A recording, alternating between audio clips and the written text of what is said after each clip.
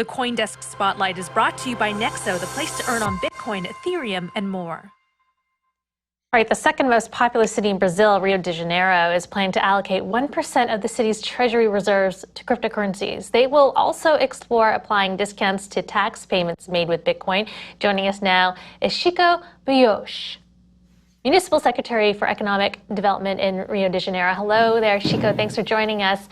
So Bitcoin is very volatile, but we're seeing high inflation in the dollar and various currencies around the world. So why do you think investing in Bitcoin is a good idea?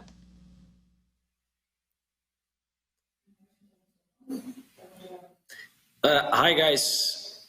First of all, I'm sorry I'm having a little trouble here hearing you, but if you guys are hearing me, I can read your Rio de Janeiro to allocate 1% of our treasury investment here for the first time in cryptos. So I'm sorry I couldn't hear the question, but I can talk a little bit more about this for you. Well, we just established here in the city a working group, and we're now talking a lot to the private sector about what we can do to help this crypto community that is already here in Rio de Janeiro to grow, right? We know this is a decentralized matter. We know this, the soul of this is just to be decentralized, but we now have companies here in Rio, just like Hashtags, for example, that is the biggest crypto fund in Brazil and maybe in Latin America. We have Transfero that created BRZ. It's a Brazilian crypto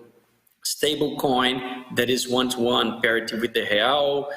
So it makes a lot of sense to the city of Rio de Janeiro to become a tech hub, also working with blockchain technologies. But because of that, we can allocate, we're now studying in this group to allocate part of our treasury in crypto. I mean, we know it's volatile. We know we sometimes have some people criticizing us for it, but you know, it's the future that is already here. So we want to be a part of it, and we want Rio to be a reference to the world, just as a crypto-friendly city, just as Miami or Zug in Switzerland.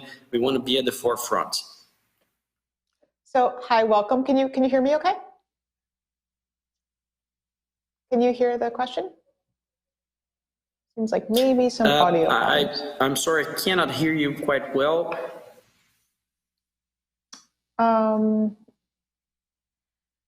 Okay, I'll try to ask you. So you mentioned a little bit the issues with volatility that Christine raised earlier. I also heard that in Brazil there have been some crypto-related scams recently. So there's a little bit of public distrust in cryptocurrency. How is the public reacting?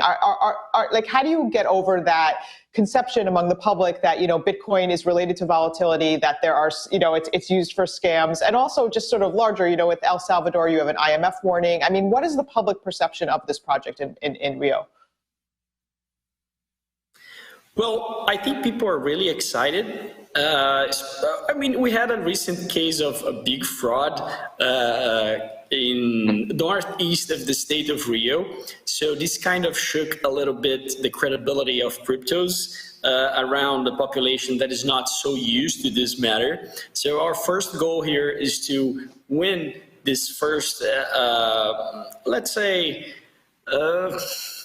people are not so confident about crypto because of this big case in Brazil.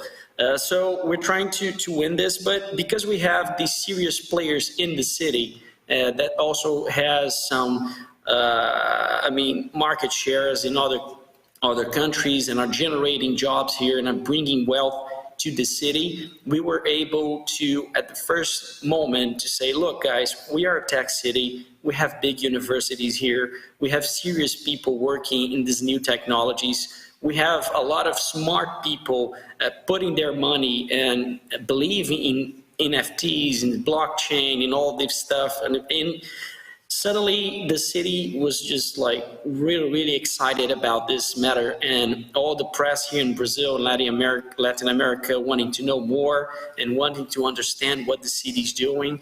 And also it got people a feeling that Rio de Janeiro was back.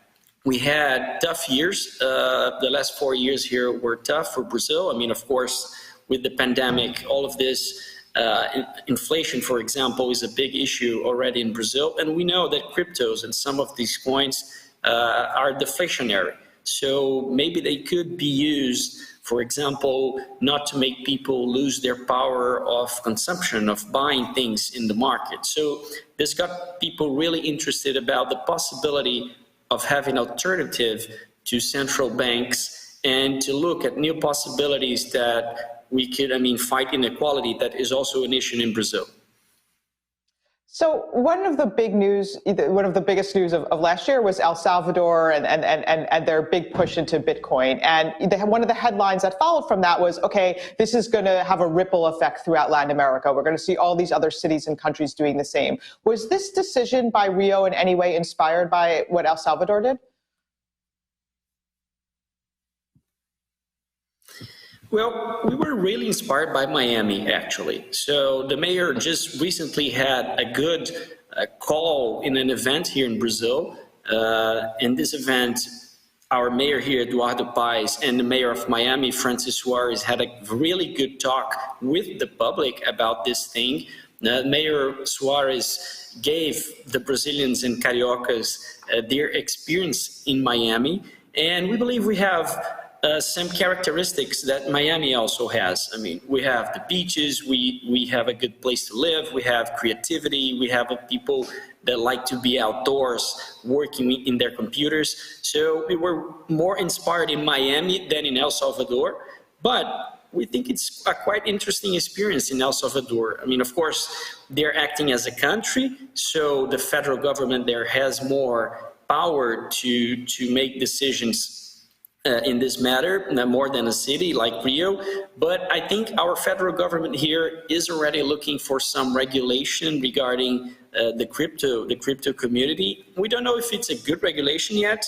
I mean, it's just starting, but we know that Rio wants to grow this community here.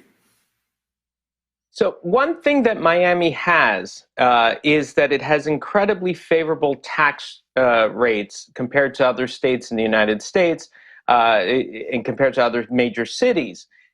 Is there any pushback from residents, from small businesses saying, look, why are you taking my tax dollars to speculate in Bitcoin when you could just cut my taxes and I can grow, and we can grow the economy of Rio that way? Why not do it that way? Why not make regulation a lot less? Why not make it easier for crypto companies to form rather than investing in Bitcoin, which might down the road benefit them as opposed to benefiting them right now when they need to start? Well, I think the first thing here is why not do everything at the same time? I mean, why do we have to exclude one problem instead of just bringing everything together and working with the future, right? I mean, we're talking about Web 3.0 here. We're talking about a probably new revolution in the way people pay their bills or pay their taxes or even their investments. It's new for everyone. It's new for us, in the public. It's new for the private as well. And we're seeing this growth everywhere, and we want to be at the forefront. So I think everyone is learning a little bit what the consequences are. So we're not being responsible when we talk about 1%, right? So it's just a small amount to be part of something that could give a lot of benefits, not only for Cariocas, but also for Brazil. We just launched some programs here to test innovation in the city. It's a sandbox, right? So we're trying to make innovation a rule here in Rio de Janeiro. We have a massive inequality. We have a lot of people living in poverty. Of course, we have wealth as well. But, if we keep doing all the same things that we have done in the last decade, will we fix the problems, the complex problems that we face as humans, as a generation? Will we fix, for example, climate change? How is our economy going to talk about incentives for us to fight, for example, climate change without talking about new coins and maybe some carbon credits negotiated, maybe in, I don't know, stable coins or NFTs or tokens. I mean, we have a range new possibility of technologies that give us the tool, at least to discuss. I mean, I think we should discuss, we should debate. I think the society has this necessity to debate, but if you just close our eyes to the new possibilities that we have, I think we'll pay a big price in the future. So we want to be ahead, we want to be in the future, and we believe these new technologies that give us these tools are a really great way for us to discuss it.